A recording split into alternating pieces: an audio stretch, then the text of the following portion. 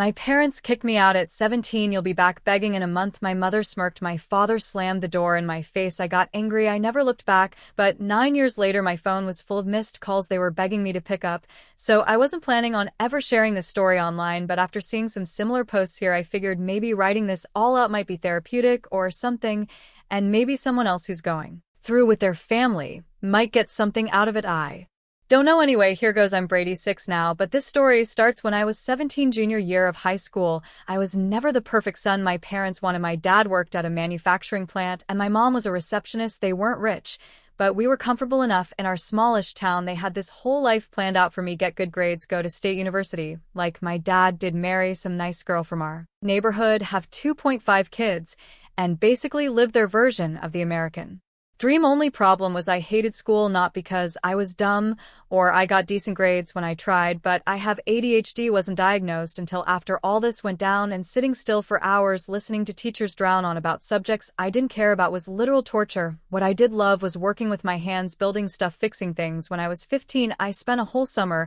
helping our neighbor Judah renovate his garage, and it was the first time I felt like I was actually good at something. My parents hated it. Every time I talked about maybe going into construction or learning a trade, my mom would get this pinched look on her face like I just told her I wanted to become a professional dumpster diver. My dad would lecture me about living up to my potential and how people like us don't work with their hands. Looking back, I think they were just obsessed with appearances. They wanted to brag to their friends about their son, the college graduate, not their son, the blue-collar worker. Things had been tense for months. I was working part-time at a local store after school, saving up money, because something in my gut told me I might need. My grades were slipping because honestly I just stopped caring. Every dinner turned into an argument about college applications, or my future, or why I was throwing my life away. The breaking point came in April, about 6 weeks before graduation.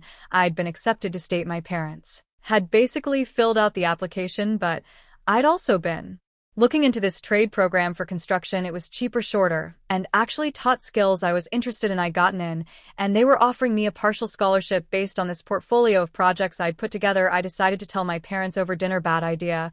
As soon as I mentioned trade school, my dad threw his fork down so hard it bounced off the plate. My mom started crying, actually crying like I told her I had 6 months to live, or something. What followed was the worst fight we'd ever had. My dad called me ungrateful, said I was spitting in the face of all their sacrifices. My mom kept saying she was disappointed and couldn't understand where they went wrong with me. When I tried to explain why I was excited about the program, my dad cut me off and said something I'll never forget: no son of mine is going to waste his life like that. If you're too stupid to see the opportunity you're throwing away, then maybe you're not the son we thought you were. I lost it, told them I was sick of living my life to fulfill their dreams, that I was almost an adult and could make my own choices, that they never actually listened to what I wanted. We were all yelling at this point. It got ugly, really ugly. I said some things I'm not proud of. They said worse. Finally, my dad told me if I wasn't going to follow their rules and their plan, I could get out of their house. I think he expected me to back down. I didn't. I went upstairs, grabbed the emergency bag I already packed, told you I had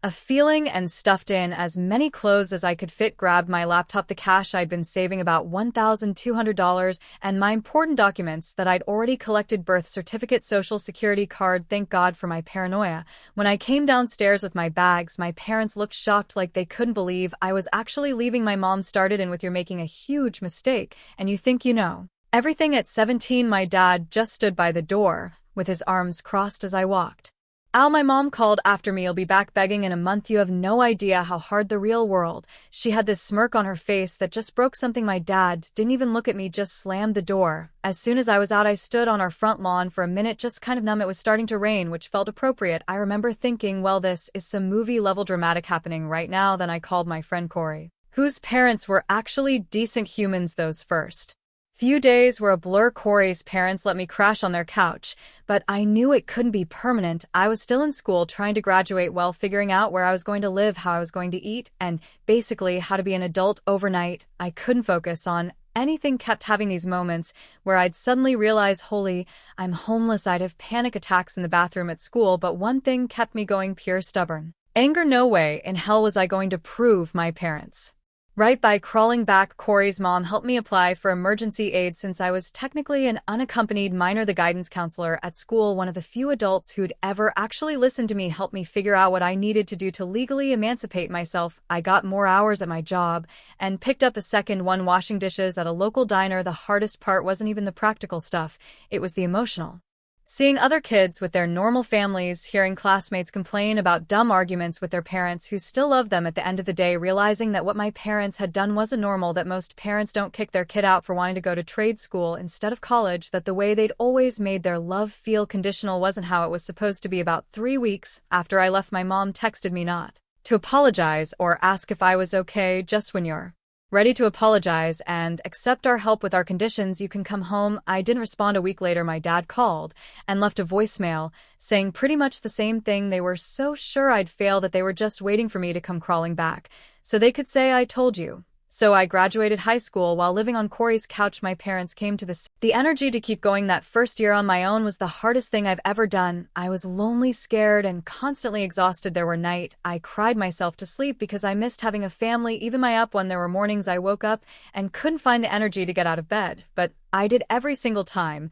And you know what? I never went back begging, not after a month, not ever. This is getting long, so I'll post part 2 tomorrow. If people are interested, that's when things started to turn around for me, but it was still a long road ahead. Edit. Wow, didn't expect this to blow up. Thanks for all the supportive comments. Part 2 coming tomorrow. Update 1. So thanks for all the comments on my last post. Honestly, didn't expect so many people to relate to this. Anyway, picking up where I left off, the first few months on my own were low-key a nightmare. NGL. After crashing at Corey's place for those initial weeks, I managed to find this absolute dump of an apartment with 2 other guys. One was this dude Marcus who worked nights, so I barely saw him, and the other was Tyler, who I'm pretty sure was dealing something but minded his own business and paid rent on time. So whatever the place had, roaches that would literally wave at you when you turned on the kitchen light, the shower would randomly go ice cold mid rinse, nothing like screaming while shampoo runs into your eyes, and the walls might as well have been made of paper. I knew way too much about our neighbors' relationship drama, but here's the thing, it was mine, or at least 1/3 mine. No one could kick me out as long as I paid rent. I was working these 2 garbage jobs, hardware store evenings and diner on weekends. Between that and trying to finish trade school, I was sleeping maybe 4 hours a night. My diet was basically ramen, eggs, and whatever leftover pancake or fries I could snag from the diner. Lost like 20 BS those first few months. Probably looked like a walking corpse most days. The weirdest part was seeing these Instagram posts from kids my age living their best lives, college parties, family vacations, all that normal stuff, while I was trying to figure out if I could skip doing laundry for another week because the laundromat took quarters and I needed those quarters for the bus. My parents tried reaching out a few times, always with the same energy. When was I going to stop this nonsense and come home, accept their help, follow their plan? They never once asked if I was okay, like, hey, your teenage son is living in a roach motel, maybe check if he has food. Nope. Just when was I going to admit I was wrong and crawl back? I remember my dad actually showed up at the hardware store once about 3 months after I left. I was restocking light bulbs when my coworker was like, some dude in khakis is asking for you up front. I peeked out and saw him standing there looking so out of place among the paint cans and lumber. I hid in the stock room until he left, watched him through the window standing in the parking lot for 15 minutes before finally getting in his car. He never came back. Things started to shift about 4 months in. There was this regular customer at the hardware store, Santiago, who was always buying stuff for different project. One day, he needed help finding some specific SN parts, and I ended up not just finding them, but explaining exactly how to install them. Even drew him a little diagram. Turned out the guy did renovations and repairs, mostly kitchens and bathrooms. He said I clearly knew my stuff and asked if I'd ever thought about helping him out on some jobs. The money was better than the hardware store, and it was actually related to what I was learning in trade school. Felt like the first actual break I'd gotten since leaving home. Santiago was nothing like my dad. He didn't look down on people who worked with their hands. He took pride in it. Would literally stop in the middle of installing a faucet to show me the right way to set the gasket, or why one technique was better than another. For the first time, I felt like someone actually saw potential in me, not just what they wanted me to be. Around the 6-month mark, my parents changed tactics. My mom started texting that she missed me. My dad sent this message saying they were willing to compromise on my education if I moved back home. TBH, it just made me angry all over again. Like, were they seriously expecting me to give up my independence just because they were now allowing me to make some of my own choices? Hard Pass. I finished my first year of trade school with decent grades. Turned out I wasn't too stupid after all. I just needed to be learning something I actually gave a crap about. Santiago started giving me more responsibility, better pay. I moved out of the Roach Motel into a slightly better apartment with just one roommate, this nursing student named Aiden, who was nearly as broke as me but at least understood basic hygiene. By 19 I'd gotten my first certification and was making okay money, not Instagram flexing money, but enough to buy actual groceries, pay bills on time, even start putting a little aside. Santiago would recommend me for side jobs on weekends, small repairs, installations, that kind of thing, building a reputation. Building a client list. The strange thing about working in people's homes, as you see a lot about how families actually function. I'd be installing a light fixture over here, parents encouraging their kids, praising them for B's on tests, hugging them just because. I'd see photos on walls of family vacations, graduation ceremonies, silly moments, normal families that fought sometimes but still loved each other without conditions. It was eye-opening, made me realize how messed up my own family dynamic had been when I was almost 20. My mom showed up at my apartment unannounced, no idea how she found my address, probably through some mutual Facebook friend. I almost didn't recognize her standing there in my doorway. She looked older somehow. I let her in, because what else could I do? It was awkward AF. She looked around my place with this expression, not quite disgust, but definitely like she was mentally cataloging all the ways my life was inferior to what she'd planned. Asked me these surface-level questions about what I was doing, how I was living, then got to the real reason for her visit. My dad had been passed over for a promotion and they were struggling a bit financially. Wanted to know if I could help out. The audacity actually made me laugh. 2 years earlier they'd thrown me out, told me I'd fail on my own, and now they wanted me to help them. Everything. Was I wrong to keep them at a distance? Was I being too harsh? But then I'd remember how they treated me, how they'd never actually apologize, and I'd get angry all over again. My roommate Aiden noticed I was in a funk and introduced me to his friend Lucy, who was studying psychology. She became one of my closest friends and kind of helped me understand what I'd been through as a form of emotional abuse, that the way my parents had always made their love conditional on me following their exact plan wasn't normal or healthy. Talking to her helped me work through some of my anger and start healing. By 21 I was doing well enough to move into my own place, just a small one-bedroom, nothing fancy, but all mine, no roommates, no parents, just me. The day I moved in I sat on my secondhand IKEA couch and literally cried. Never thought I'd get this far when I was standing on that lawn with my bags at 17. Around this time Santiago offered me more stable work with actual benefits, health insurance. For the first time since I left home, he was getting more business and needed reliable help. It was a huge vote of confidence and honestly meant more to me than any approval from my parents ever had. Meanwhile, my parents kept trying to reconnect, but always on their terms. They'd invite me to holiday dinners, but make pointed comments about my choices. They'd offer help, which I never accepted, but with strings attached. Every interaction left me feeling drained and angry. Eventually, I started limiting contact to occasional texts and maybe one visit a year. What they never seemed to understand was that I was actually building a decent life. It didn't look anything like what they'd planned for me, but it was good. I had work I enjoyed that paid the bills. I had friends who accepted me for who I was. I was building something real, something that was mine. By 23, I had completed additional certifications and was Santiago's go-to guy for certain types of projects. We worked well together, and he started talking about bigger opportunities down the road. That was also when I met Lydia. She needed some repairs done in her apartment, and Santiago sent me smart funny, didn't take any of my BS. We started dating, and for the first time, I let someone really know me, all the baggage, all the history with my family. Instead of running for the hills she got, her own parents weren't perfect, though nowhere near as controlling as mine. Of course, when my parents heard I was seriously dating someone, they suddenly got very interested in my life again, started following me on Instagram after years of ignoring my existence, wanted to meet her, wanted to play happy families. I kept them at arm's length. Lydia deserved better than to be dragged into their mind games for years. After being kicked out, I was in a stable situation, had my own place, was in a healthy relationship, and had built a life entirely on my own terms. My parents' prediction that I'd come crawling back within a month couldn't have been more wrong.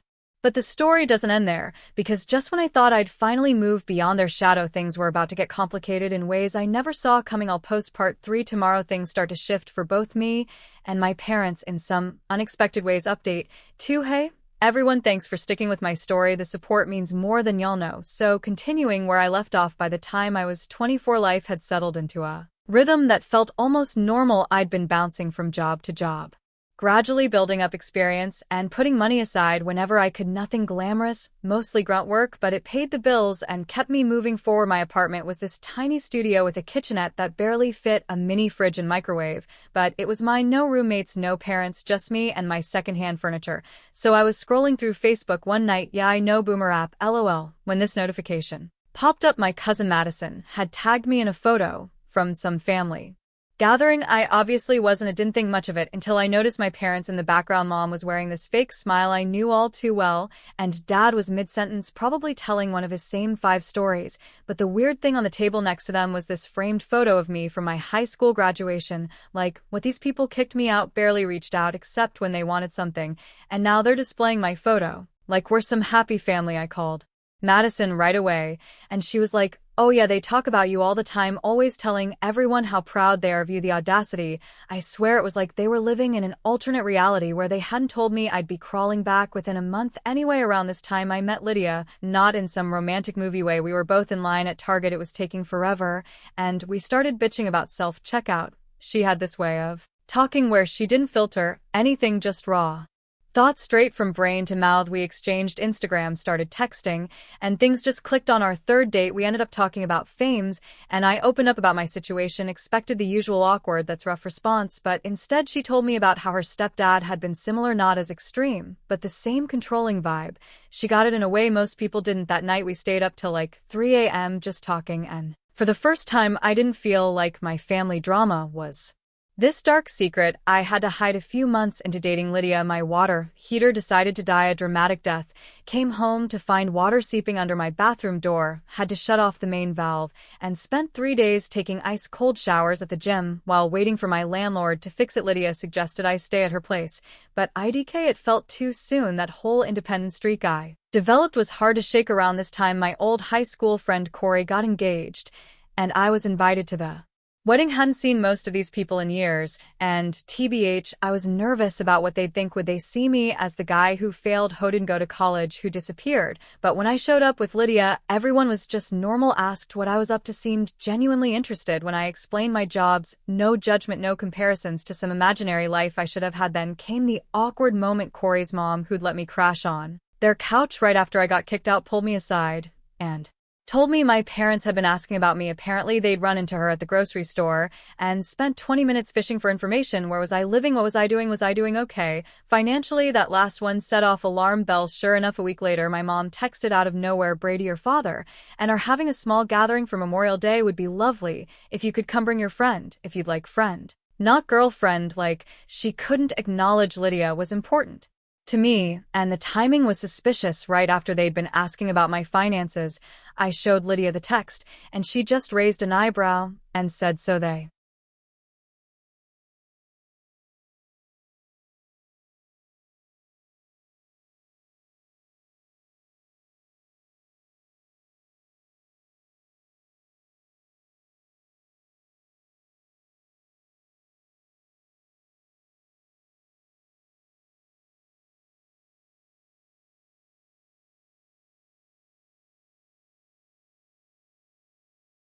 want something. I decided to go, partly curiosity, partly still seeking some closure. I hadn't found Lydia, came with me for moral support, even though she was like, this has disaster written all over at Lolo. Walking into that house was surreal. Everything looked exactly the same furniture, same photos on the walls, now including that graduation pic, same smell of my mom's weird apple cinnamon air freshener that always gave me a headache. But I felt like a visitor, not someone coming home. These small gathering was basically just my parents, my aunt and uncle, and my dad's work friend Judah and his wife. Everyone acted super normal, like I was just a son who'd been away at school or something. The entire time I kept waiting for the other shoe to drop. It finally came after dinner. My dad pulled me into his study, that sacred space I'd never been allowed to enter as a kid without permission. He started with small talk about the economy, how things were tough all over, and then finally got to the point he'd been downsized at work after 27 years at the same company. They replaced him with some kid with a fancy degree who will work for half the salary. The irony wasn't lost on me. All those years pushing me toward college, and now he was bitter about college grads. He didn't outright ask for money, but kept hinting at their temporary difficulties and how families should support each other in hard times. I just sat there thinking about the night they'd throw me out. My mom's smirk, her certainty I'd be back begging within a month. I told him I'd think about it. That was all I could manage without saying something I'd regret, Lydia, and I left soon after. And in the car, she just looked at me and said, well, that was the most passive-aggressive dinner I've ever survived. For the next few weeks, the texts from my mom became more frequent. How was I doing? Had I thought about what my dad mentioned? Did I need their old dining table, since they were updating the house, translations, selling furniture to pay bills? Meanwhile, my life was actually on an upswing. I'd found a decent paying job at this local place, nothing fancy, but stable with actual benefits. Lydia and I were getting more serious, talking about maybe finding a bigger place together, since my studio was basically a closet and her roommate was driving her nuts. Then came the Facebook post that changed everything. My mom wrote this long, dramatic post about hard times and trusting God's plan during unemployment that was obviously a fishing expedition for sympathy and help. The comment section was full of relatives and church friends offering prayers and support, but what got me was the last paragraph. We're so blessed to have our son Brady supporting us through this trial. Family truly is everything.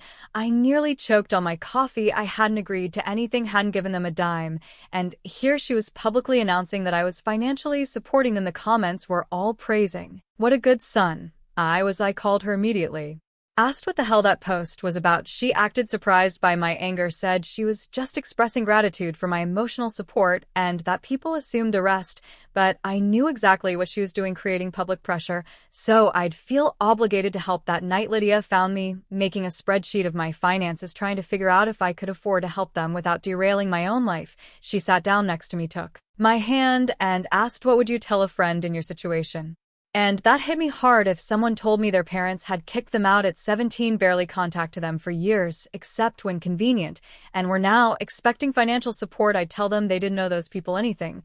So I made a decision. I texted my mom that I wouldn't be providing financial support, that what they were going through was tough, but I was still building my own life, still recovering from being thrown out as a teenager. I suggested some local resources for job seekers and financial assist, the same ones I'd had to use years ago. Her response was a single okay, then silence for 3 weeks, until yesterday, when my phone exploded with notifications, text calls, voicemails, all from my parents and various relatives. Apparently my parents' financial situation had gone from bad to worse. Dad still hadn't found work. They were facing possible foreclosure, and somehow this had all become my problem to solve. My aunt left a voicemail saying I needed to step up and be the man your father raised you to be. The irony of that statement made me laugh out loud in a way that probably wasn't entirely healthy. Lydia and I stayed up late talking about it, about boundaries and family and obligations, about the difference between forgiveness and forgetting, about what I could live with both emotionally and financially.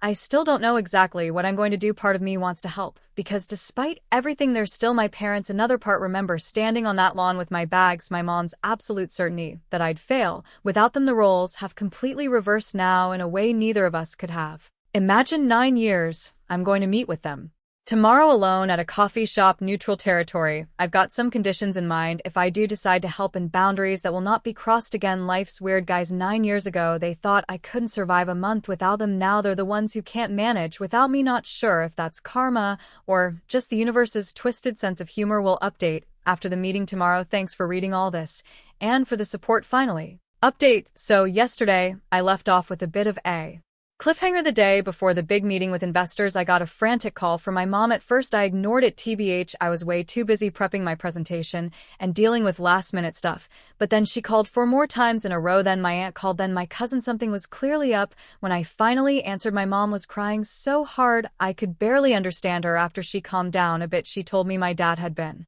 laid off again, but this time it was worse. They were 3 months behind on their mortgage. The car had just died, and now they'd gotten an eviction notice. They had 2 weeks to come up with the money, or they'd lose the house. I sat there in my office staring at the wall of awards and certification I'd earned over the years, feeling nothing. No, that's not quite right. I felt annoyed that after everything, after 9 years, they were still pulling this same, still expecting me to drop everything and rescue them. And of course, the timing couldn't have been worse, right before the most important meeting of my career. I told my mom I'd call her back, hung up, and just sat there for a while. Lydia came in and immediately knew something was wrong. After I explained, she didn't tell me what to do, just asked what I wanted to handle it. That's one of the ion reasons I love her.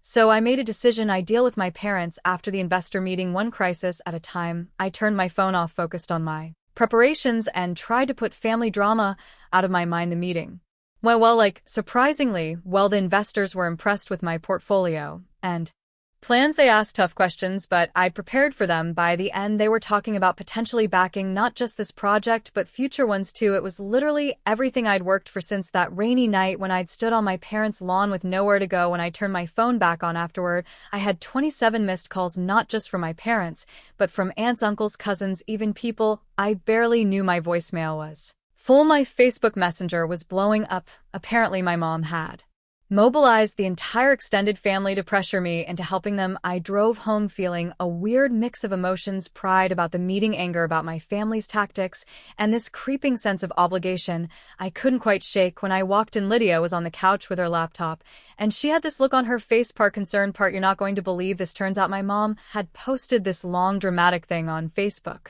about how they were losing their home and how certain people, wonder who had forgotten family comes first. She didn't name me directly, but everyone knew who she meant. Several relatives had commented with stuff like, "I'm sure Brady will help when he sees this," and "family is everything, he'll come through." I just stood there reading these comments on Lydia's screen, feeling my blood pressure, and with each one they were trying to publicly shame me into bailing them out. After everything they'd put me through, they still thought they had the right to manipulate me like this. I decided right then enough was enough. I was done with the vague boundary, the occasional help, the strained holiday visits. It was time to either fix this relationship for real or end it completely. I texted my parents, saying I'd meet them tomorrow at their house, just me, them, and 9 years of unresolved. That night, I barely slept, kept thinking about what I would say, what they might say back. Lydia held me and reminded me that whatever happened, we had built a good life together, that no matter what went down with my parents, I had a family. Now her, our friends, the people who'd actually been there. I drove to their house the next morning feeling calmer than I expected. Their neighborhood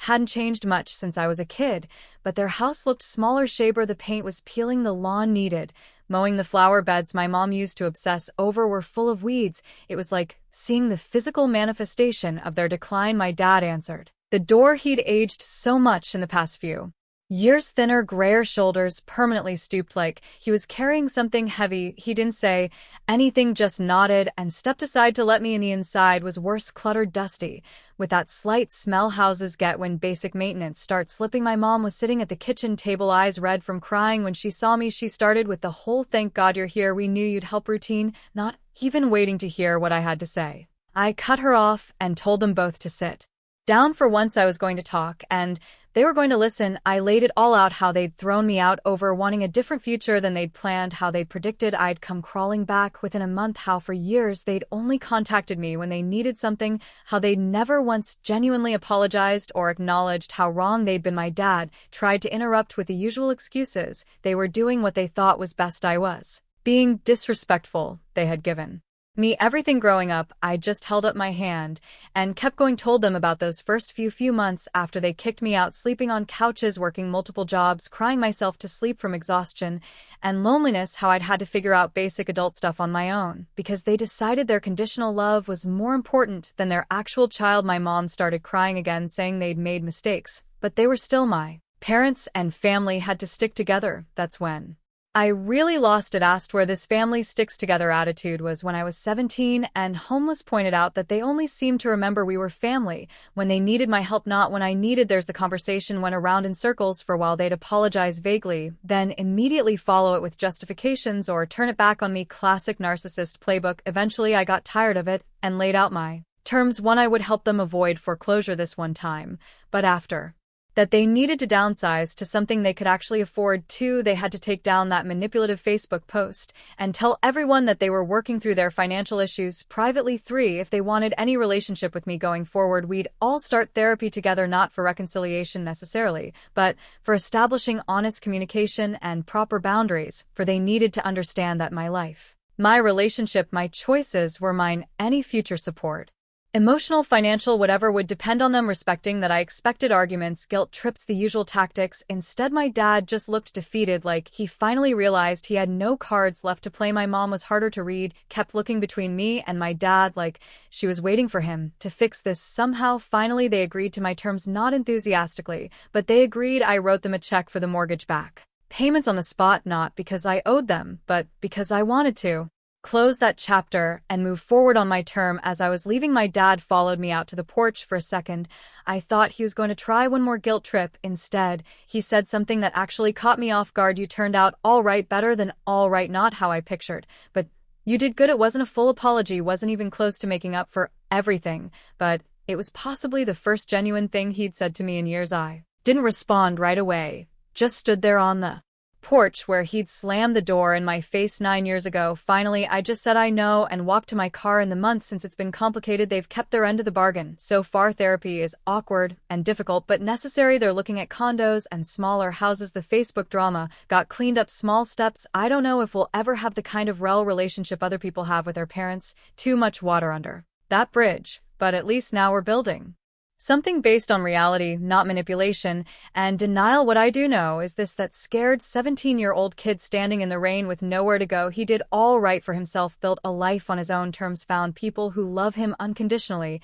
and eventually he stopped letting his parents' rejection define him. That night, lying in bed with Lydia, I finally deleted all those missed calls from my phone. They'd been living in my notification center for weeks, this digital reminder of my parents' desperation. As I watched them disappear, I felt something I hadn't expected, not satisfaction or vindication, but a quiet sense of closure. 9 years ago, they thought I couldn't survive without them. Turns out they were the ones who couldn't survive without me, and in the end, that realization was worth more than any "I told you so."